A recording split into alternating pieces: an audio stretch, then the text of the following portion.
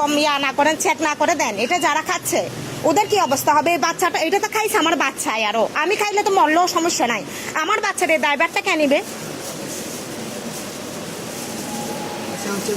Already কেন এটা যে নষ্ট মুরগি দিচ্ছে, আপনি দেখেন ভাই, খাইছে আমার বাচ্চাই, দেখেন না আপনি, দেখেন আছে তো মুরগির পিসটা। এই ধরনের বিজনেস করলে বাচ্চারা কি অবস্থা হবে আপনি বলেন?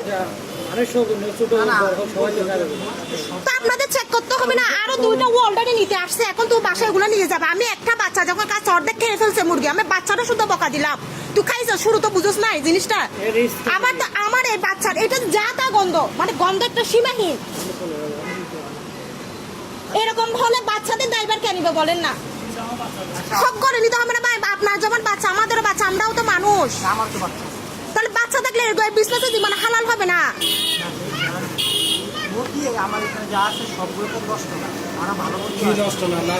নষ্ট আমি সবগুলোর কথা বুঝবো না, আমার বাচ্চা যেটা নিছে সেটা তো খাইছে, নিচে 5 মিনিট হয় নাই।